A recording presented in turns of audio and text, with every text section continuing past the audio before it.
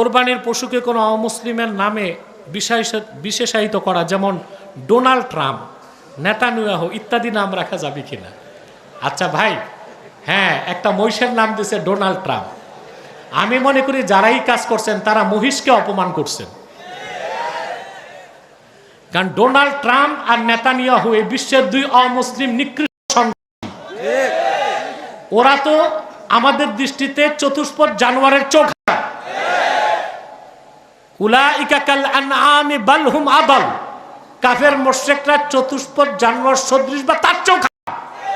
তা Donald Trump আর Netanyahu এই দুই সন্ত্রাসী, মহিষের চোখ হারাম, গরুর চোখ হারাম, পাঠার চোখ হারাম।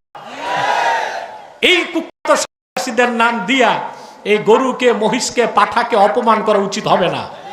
আর এটা জবাই করে খাবেন কেমনে মিয়া সাহেব? রুচির একটা বিষয় আছে না?